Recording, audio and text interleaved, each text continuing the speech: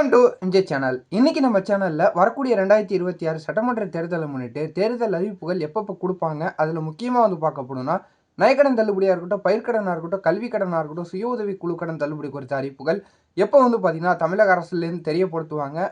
ஆளுங்கட்சியில் இருக்கக்கூடியவங்களா இருக்கட்டும், எதிர்கட்சிகளில் இருக்கக்கூடியவங்களா இருக்கட்டும், அவங்கவுங்களுடைய தேர்தல் அறிவிப்புகள் எப்போ வரும் அப்படின்னு சொல்லிட்டு பொதுமக்கள் அதிக எதிர்பார்ப்பு வந்து பார்த்தீங்கன்னா இருந்துகிட்டு இருக்கிறாங்க.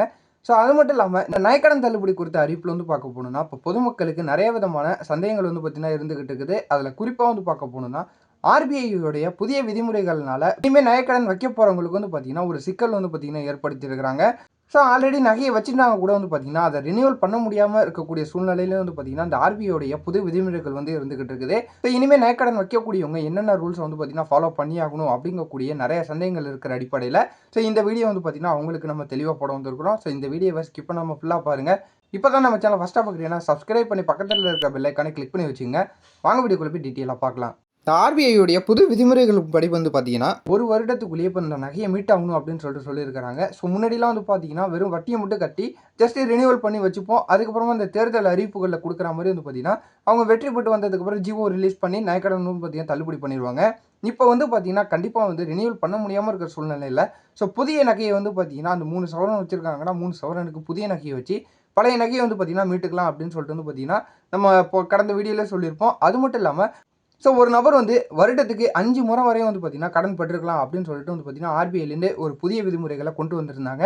இப்போ மறுபடியும் இப்போ நகைக்கடன் வைக்க போகிறாங்க அப்படின்னா வந்து பார்த்தீங்கன்னா முன்னாடியெல்லாம் எந்த கேள்வியும் கேட்காம கூட்டுறவு வங்கியாக இருக்கட்டும், பொதுத்துறை வங்கிகளாக இருக்கட்டும், ஸோ அவங்க வந்து பார்த்தீங்கன்னா கடனை வந்து பார்த்தீங்கன்னா கொடுத்துருவாங்க. ஸோ இனிமேல் வந்து இந்த நகைக்கடன் எதுக்கு வைக்கிறாங்க அப்படின்னு சொல்லிட்டு வந்து பார்த்தீங்கன்னா ஒரு ப்ரூஃப் கொடுக்கணும் அப்படிங்கக்கூடிய வகையிலேயே ஒரு தகவல் வந்துருக்குது.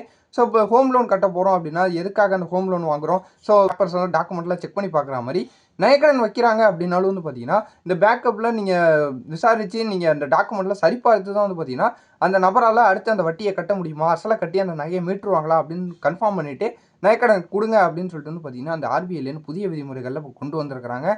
ஸோ இப்படி இருக்கும்போது வந்து பார்த்தீங்கன்னா நகைக்கடன் வைக்கிறதுல இப்போ ரொம்பவே வந்து ஒரு சிக்கலில் ஏற்படுத்தியிருக்கு அப்படின்னு சொல்லிட்டு கூட சொல்லலாம். இப்போ பொதுமக்கள் எல்லாருமே வந்து பார்த்தீங்கன்னா கூட்டுறவு வங்கிகளாக இருக்கட்டும், பொதுத்துறை வங்கிகளாக இருக்கட்டும், நேரடியாக போய் டக்குன்னு வந்து பார்த்தீங்கன்னா இந்த நகைக்கடனை வந்து பழைய மாதிரி வைக்க முடியாத சூழ்நிலையில் இருந்துகிட்டு இருக்க அடிப்படையில் இப்போ இந்த ஆர்பிஐலேருந்து புதிய புதிய ரூல்ஸை வந்து பார்த்தீங்கன்னா இப்போ கொண்டு வந்துகிட்டு இருக்கிறாங்க.